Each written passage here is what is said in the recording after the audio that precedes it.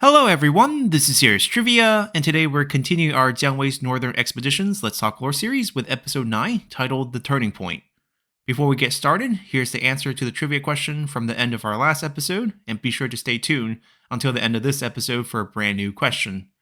Now, we ended last time as we noted the difference in the margin for error between Wei and Shu Han. As well, Jiang Wei has had a fair bit of success in his recent 7th and 8th northern expeditions. The Wei side was able to absorb these losses thanks to their macro advantages in terms of their sheer size, population, and economy. But should Jiang Wei continue to nibble away at Wei, eventually there would be the day when Wei would exhaust their resources. But before that day comes, Jiang Wei must not suffer any catastrophic defeats of his own, as unlike the Wei side, Shu Han had almost no margin for error, especially when it came to replacing manpower. Now, in spring of 256, fresh off his victory just a few months prior at the Battle of Taoxi, where most of the Yong province garrison forces were wiped out, Jiang Wei was promoted by the emperor to become Shu Han's next grand general, a position that was left vacant after Fei's death. And with this promotion, Jiang Wei naturally had more power to plan additional northern expeditions, especially given the recent string of successful campaigns. And taking the lessons learned from the previous attempt, Jiang Wei set his eyes on the Wei fortification at Shangbang, as it has been proven again and again to be the linchpin in allowing Wei reinforcements to come west through the low mountain ranges directly north of Shangbang.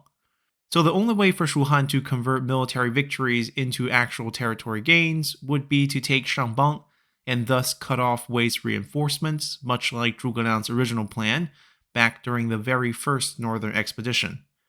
To achieve this lofty goal, Jiang Wei decided to march his army from Zhongti through the Mount Qi path, a familiar path for Shu Han's side, as it was the one that was frequently used by Zhuge Liang in his many northern expeditions. However, right as Jiang Wei's forces reached the namesake mountain of the path, it became clear that the Wei forces, now under the command of General Deng Ai, were prepared and ready. Not wanting to launch a difficult and costly assault against a dug-in and well-rested defense, Jiang Wei decided on the spot to alter his plans, as he calculated that with Deng Ai's presence here at Mount Qi, the Yong province to the west must be undefended, especially given how he had already eliminated most of the Yong province garrison forces at their previous battle at Taoxi. So Jiang Wei and the Shu Han forces abandoned their original target of Shangbang and mobilized westward towards the Longxi commandery once again, believing that there would be an opening out west. However, Jiang Wei severely underestimated his new foe in Deng Ai and the Wei commitment to the western provinces, as Deng Ai would spot Jiang Wei's troop movements at Mount Qi and make the correct read that Jiang Wei was now headed for Longxi. Therefore, once again, the Wei defense under the command of Deng Ai would just be one step ahead of Jiang Wei, as by the time Jiang Wei and the Shu Han forces reached the Wei River, the crucial mountain high ground at Mount Wucheng was already occupied by Deng Ai's forces, effectively denying Jiang Wei entry into the Longxi commandery. Faced with the same dilemma, Jiang Wei did not despair, as he came up with a radical new plan. Knowing that Deng Ai had matched his movement to Mount Wucheng, Jiang Wei sent messengers back to Hanzhong to recruit the help of General Hu Ji, who was in charge of Hanzhong for the Shu Han side, as Jiang Wei now had the brilliant idea of forming a north-south pincer movement on Shangbang. In Jiang Wei's mind, he and the northern expedition forces could surprise Deng Ai by crossing the Wei River and then dashing east on the north bank towards Shangbang in a foot race with Deng Ai's defenses at Mount Wucheng, who would then be forced back to follow them towards Shangbang. Then once back at Shangbang, if Jiang Wei's forces could occupy Deng Ai and the Shangbang defenders long enough for General Hu Ji to arrive from the Mount Qi path from the south to form a flank against the unsuspecting Wei forces, then Shangbang could be had and the entire Longxi region could be gained. Now, the difficult part about this plan is execution and timing, as the distance from Jiang Wei's current position to Shangbang would take roughly a week-long march. While under even the most favorable conditions, it would take General Hu Ji at least 20 days to march from Hanzhong to Shangbang. Add on the time it would take for the messenger to go back and the time required by the Shuhan army to mobilize for war, it could take well over a month time for Hu Ji to arrive. But given how Deng Ai had been one step ahead of him this whole time and had effectively blocked his every attempt, Jiang Wei felt that this gamble might be just what was needed to bring Shuhan's side a grand victory. So in June of 256, Jiang Wei's army crossed the Wei River, much to Deng Ai's surprise, as Jiang Wei altered his plans for a second time, with his target becoming once again Shangbang. In response, Deng Ai immediately also marched east as the Wei forces would stay on the south bank of the Wei River to follow and shadow Jiang Wei's every move. Now, by the time the Shuhan army reached the river crossing north of Shangbang, Jiang Wei had a new problem on his hand, as with Deng Ai relentlessly shadowing his every move, Jiang Wei calculated that there was no way their supply will last until General Hu Ji's arrival. Therefore, instead of waiting on the north bank of the Wei River endlessly for reinforcement that might or might not arrive, Jiang Wei decided to move his army south in hopes of having more flexibility and options in the future,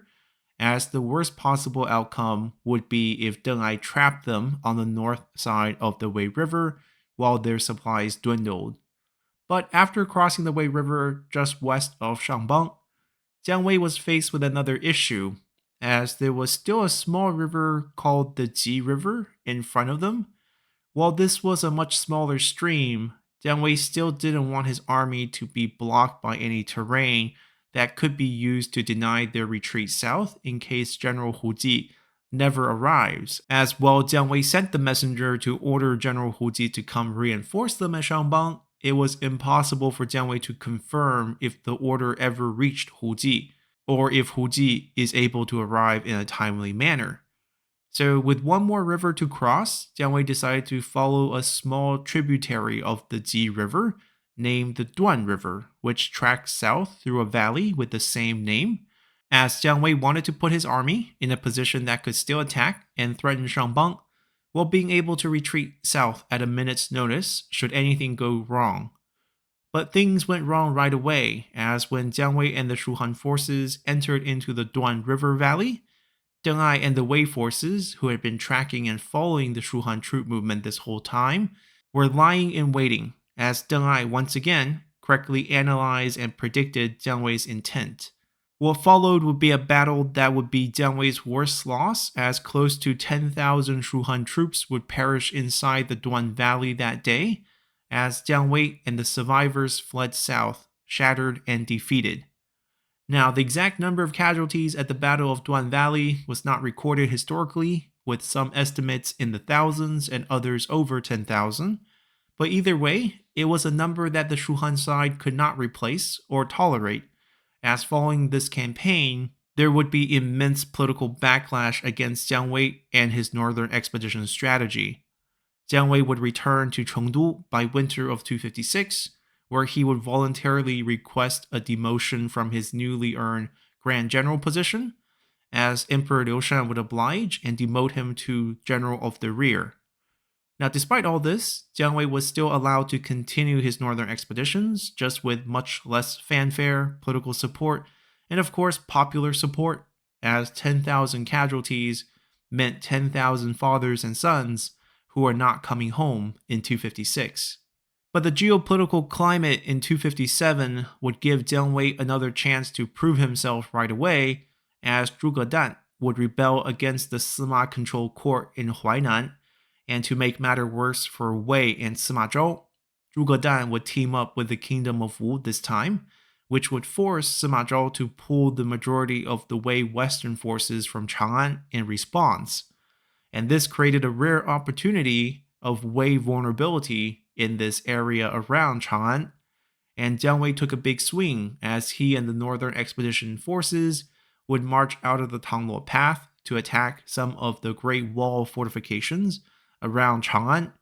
as Jiang Wei received intel that many of these outposts on the Great Wall were now poorly defended and poorly maintained, but had abundant supplies. Now, even though the Wei forces were a bit thin around the Chang'an region, Deng Ai and the new Wei general of the West in Sima Wang, who is the younger cousin of Sima Zhao, were both quite alert to the possibility of Jiang Wei's intentions against Chang'an, as they immediately organized the remaining Wei Western forces to encamp near Chang'an, opposite of Jiang Wei's position. And here the two sides would hold in a defensive stare down, as neither had the strength to launch an attack against the entrenched position. And Jiang Wei's only hope was for Zhuge Dan and the Wu forces to win out on the eastern front, much like how Zhuge Dan had awaited for Wu's success at Wuzhang Plain during his final northern expedition. But much like Zhuge Dan's final northern expedition, the success from Wu never materialized, as Zhuge Dan's rebellion would end in failure in early 258.